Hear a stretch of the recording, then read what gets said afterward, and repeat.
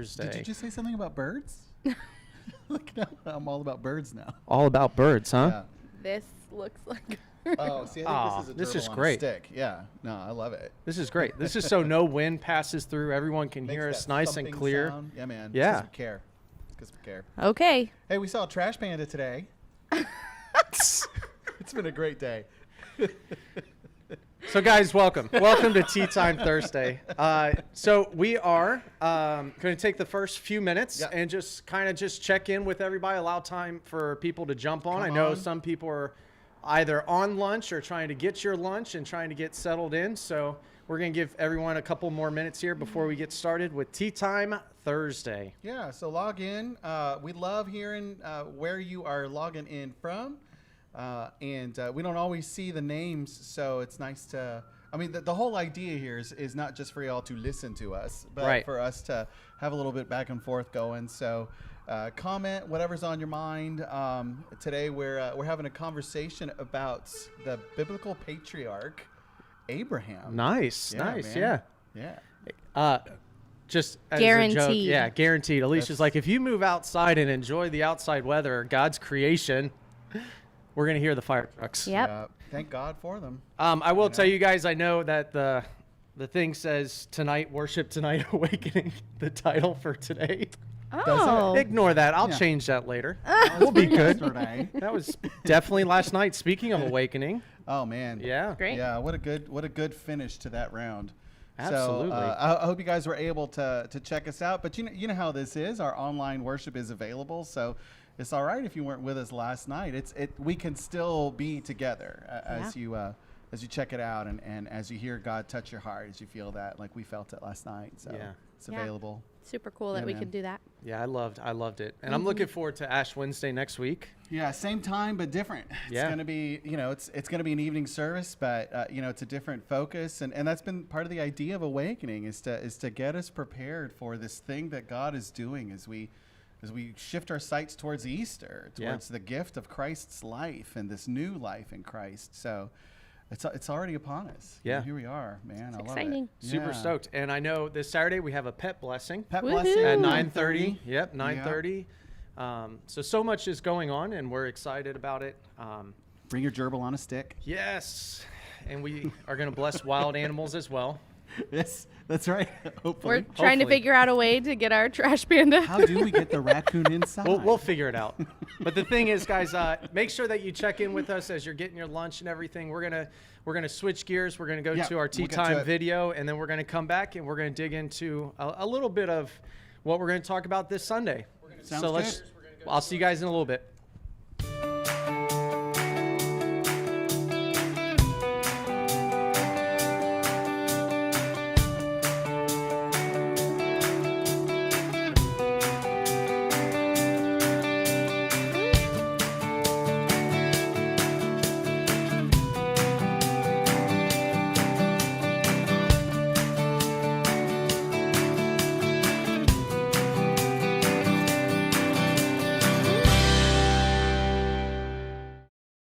Welcome back. Here we are. Welcome back. Yeah. Yeah. So We moved a whole inch. we I moved- feel like I went like this in 30 seconds.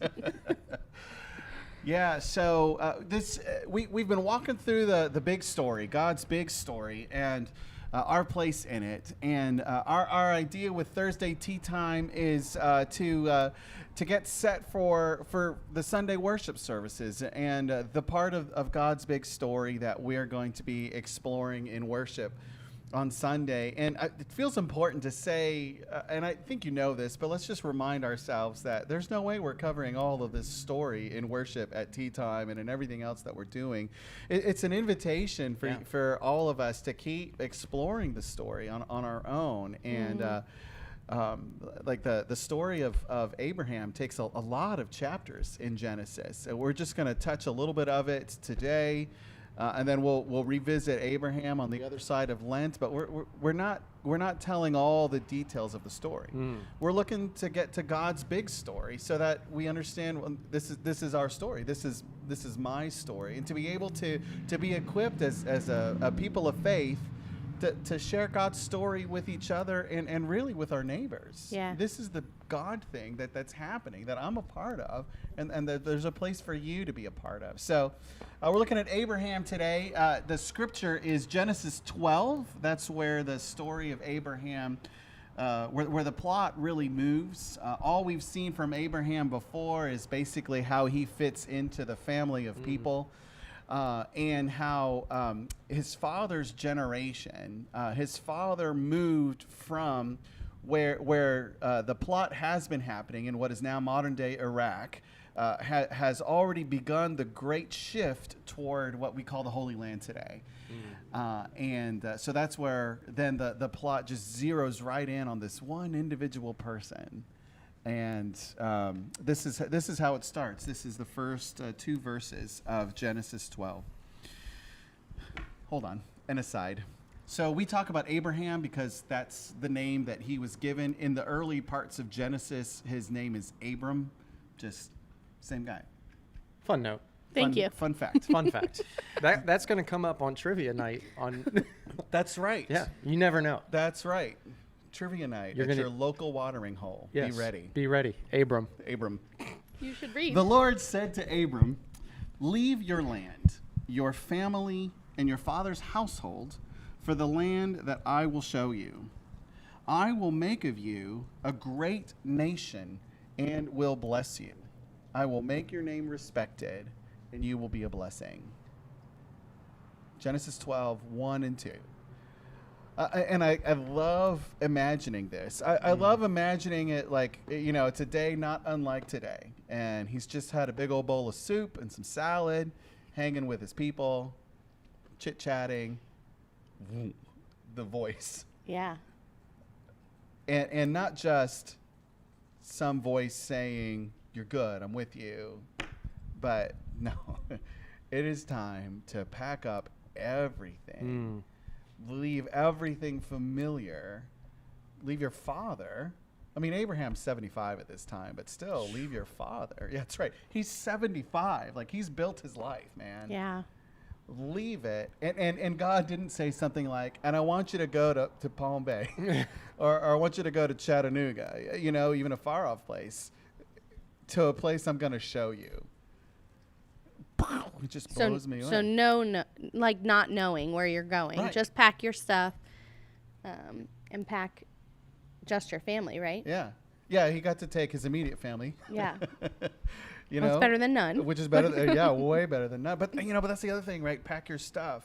Yeah. Man, like whenever I'm going on a trip, even if I'm just going up the road, like an hour and a half away, I pack. I'm ready. What's the weather going to be like? What am I going to need? Am I going to need my swim trunks? Am I going to need my fake Birkenstocks? Yeah, but what if you're not returning? Then you pack everything, right? Like You need a U-Haul or a Yeah. box But truck. what are you going to need 2 men in a when you truck get or- there? Like yeah. if God were calling my family to suddenly move to Toronto, I'm going to need to invest in some cold weather gear, right? Yeah. Yes.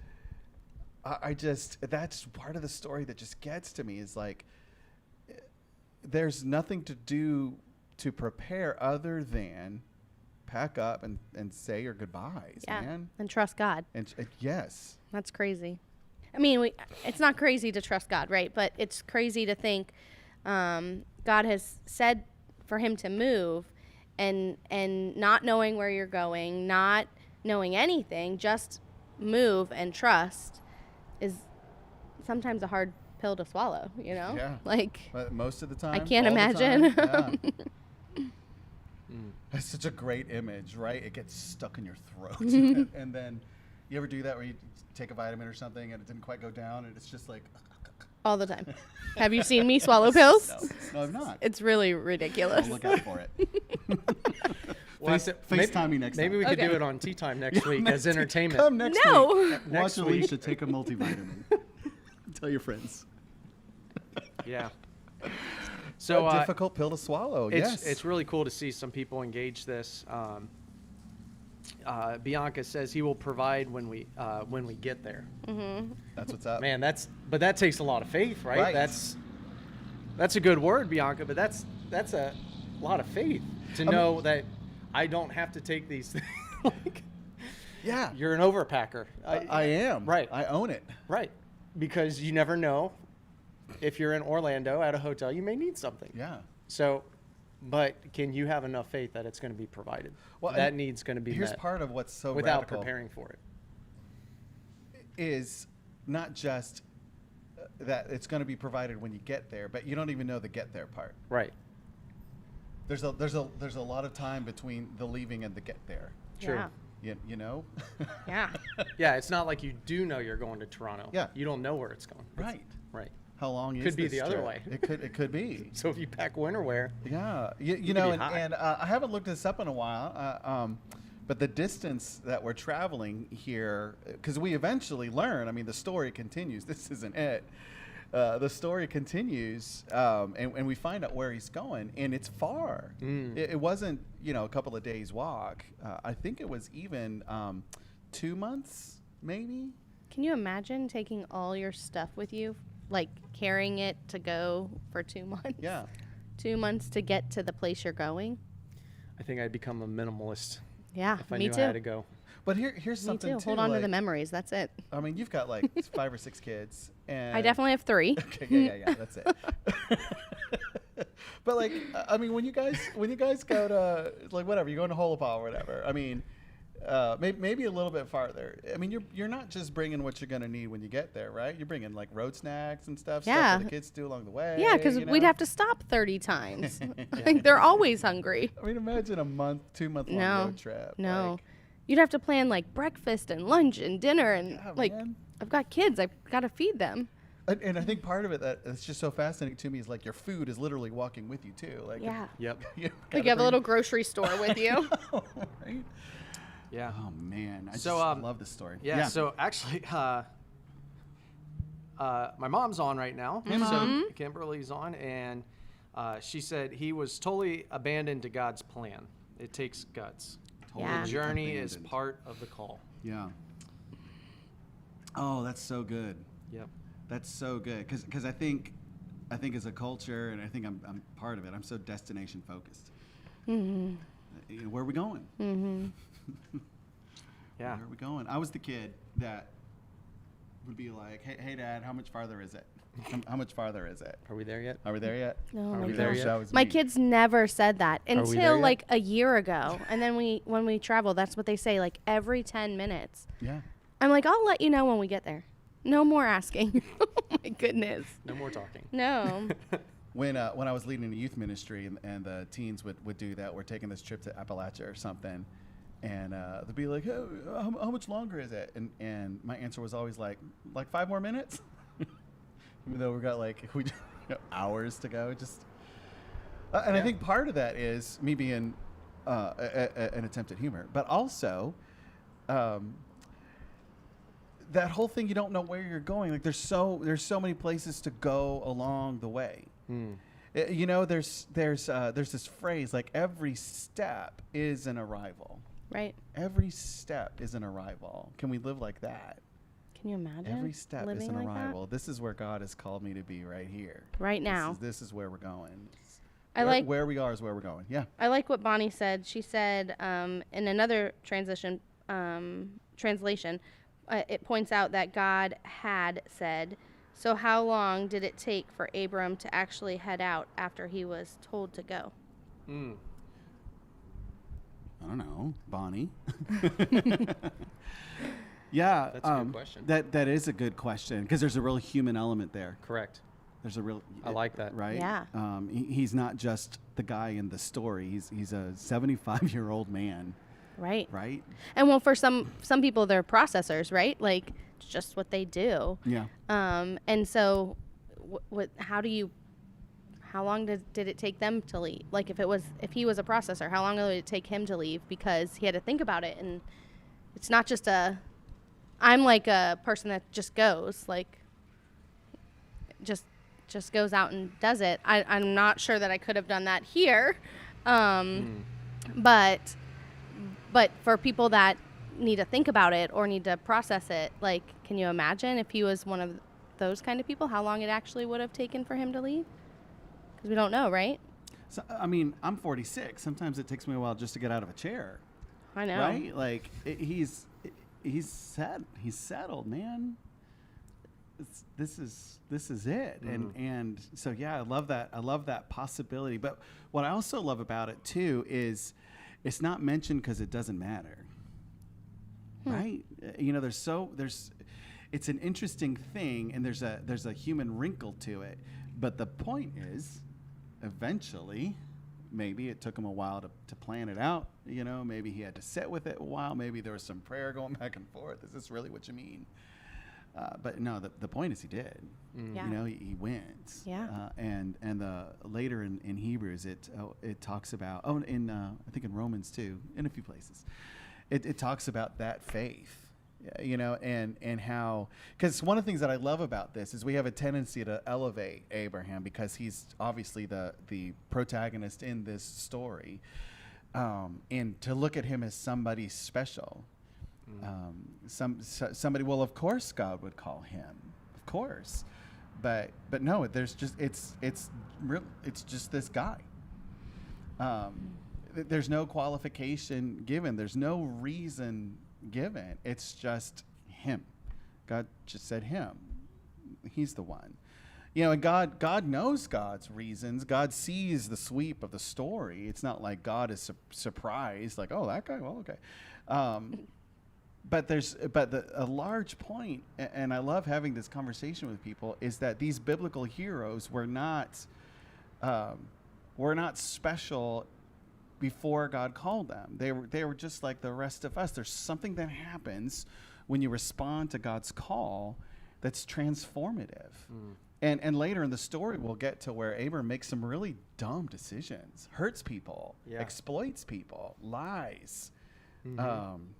Just not great stuff. Not the kind of person you would assume that God would say, yeah, that's the guy. I'm choosing his family to bless the whole earth. He didn't deserve it. That's the point. He didn't deserve it. God picked him. It's like God picks us. Yeah. Crazy. That is crazy. So, and that gets to the other part, right? So there's the call, there's Abram's perhaps eventual but still faithful response, and all the people that he brought with him, his family, his household, and then there's the whole. I would feel like I'd want to know. Well, okay, why? What's the reason for this? Okay, maybe you're not going to tell me where we're going, God, but can you tell me why? And the only thing that's given is I'm going to make a great nation out of you. I'm going to bless your family. That's great news. And through your family, I'm going to bless the whole world. But the specifics of it, it's not given. Right. But I love that in this choice, in this choosing, where God looks at each one of us and say, yes, you. It's a similar kind of thing happening, right? But I feel like you don't need to know the specifics if it's God's plan. You're supposed to just trust. Right. Like, you don't need to know the details of every step or why you're being moved here. Or what that blessing's going to look like. Right. You're just supposed to trust.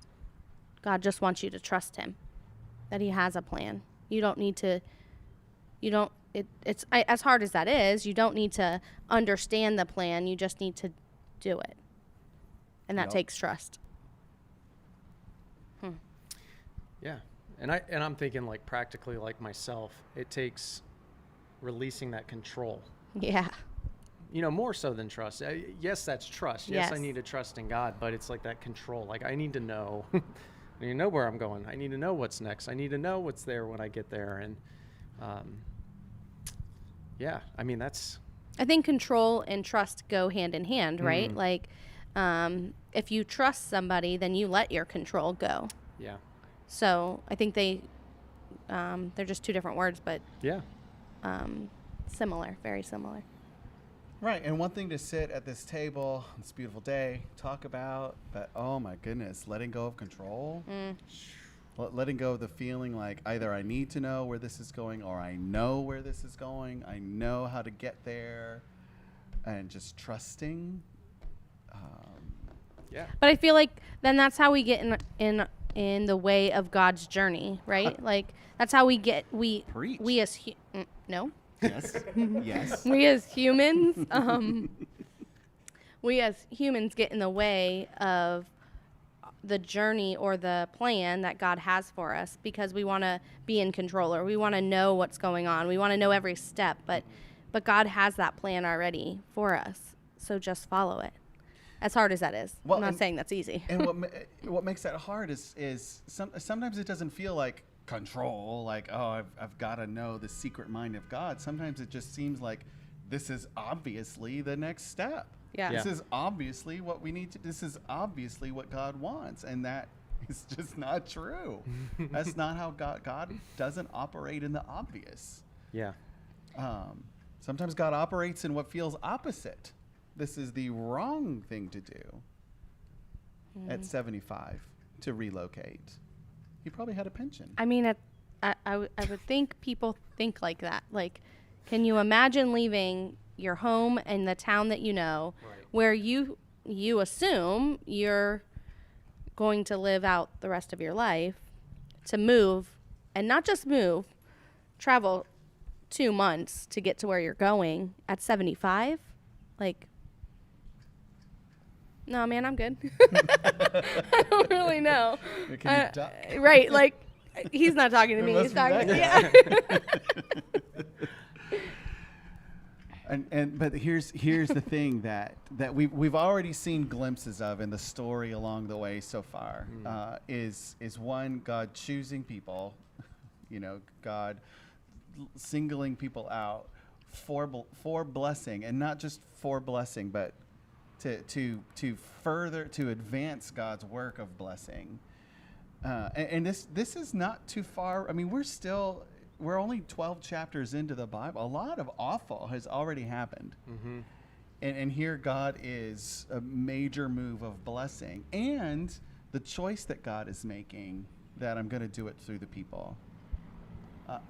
Not this magical come down and just fix everything, but through the people, through these people.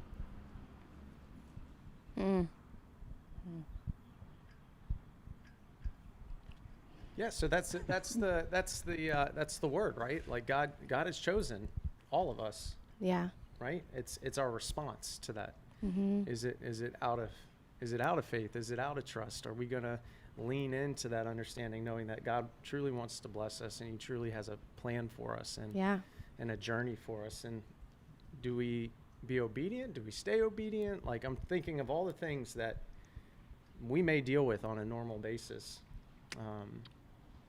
Well, I think, like you're saying, right? Like, we're even through like hard times, right? Yeah. Sometimes people are going through hardship and they're like, this can't be God's plan. Like, He wouldn't want me to be suffering, or wouldn't want me to be challenged the way I'm challenged. But maybe it is to teach you something else, or maybe it's so that you learn something so you can bless another, right? I try and look at that with my youth. Like, when I go through, as I look back on my life when I was younger, I'm like, man, how can I use this to help them as they grow on their journey? They may not be the same. They're definitely not the same journeys, right? But what did I learn from that as I trusted God and trusted the journey He had me on, to help them trust God through the journey they're in? You know what I'm saying? Yeah, absolutely.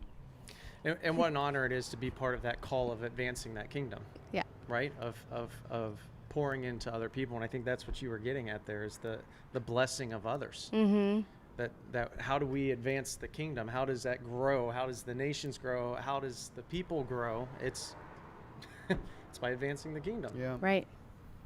I love one thing your mom put. There's a balance between being responsible versus releasing control. And one thing I'm cueing into is I love that word responsible, because the idea is,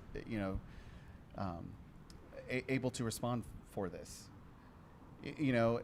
Generally it's the whole, like, well, you're responsible for a thing. I'm responsible for my family. But that means, like, I'm answerable to someone for what's going on in my home, responsible for my family. Who's that someone I'm answerable to? A lot of people would lift up and say, well, you're answerable to me for something. There's the voices outside, but really it's only the one. There's only the one voice. There's only the one call that matters. And And what I love in this is somehow in that response that I'm able to respond. There's something that happens. God doesn't just call and hope for the best. God also enables a response and equips us as we continue to respond. Yeah, he walks with us as Yeah. we respond. Yeah, God didn't say, hey, I'll meet you there. Yeah. Yeah, just figure out the way to get there. No, he walked with, Yeah. was with him on Go his journey. to the yeah. place I will show you. Yeah. So he had to Yeah. be there, right? Like, you had Right. to be with him. Yeah. Holy But Spirit here's the with thing, him. but not necessarily like, whispering along the way, attaboy, No. take another step. You got this, brother. You know? Turn right. You have gone too far. Yeah. Make a Recalculate. Wouldn't that be great? I know, right? Yeah. Like God GPS. Yeah, God puts the G in GPS. It's another T-shirt. Oh, goodness. So We're gonna have as lots people of are t-shirts. wrapping up their I think it's lunchtime, wrapping up Yes. time, isn't it? we It got a feels dad like it. joke. I feel like that's a good way to segue. I'm so sorry, you guys. That's why they're here. Yeah. But yeah, we've already said it. Just a lot going on. We've got the pet blessing on Saturday, 9:30. Services at 9:30 and 11. 9:30 online and on campus for contemporary traditional 11. 4 o'clock drive-in. 5 o'clock youth. 5 o'clock youth. But here's one thing that we're really interested in. I mean, all that stuff's located here. Right. You're not all here. The God has blessed us with a reach that goes well beyond South Brevard. And there's something that we'd really like to uncover there. How do we equip all of us to truly be the blessing in the places that God has sent us?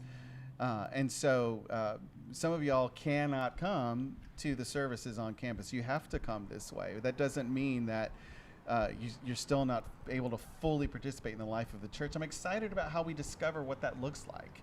And we'd love to get input from you. What is Yeah. God revealing to your heart about how you are called to be a blessing where you are? And then how can we all do that? How can we be part of that? Yeah, how right? can we help? How do we partner together? That's Yeah. it. Yeah. Yeah. So- Well, thanks for being with us. Thanks Yeah. for having some Thursday tea time together. Thanks, you guys. Yeah. Thank you. And we will see you for worship on Sunday. See you All right. Sunday. Have a great week.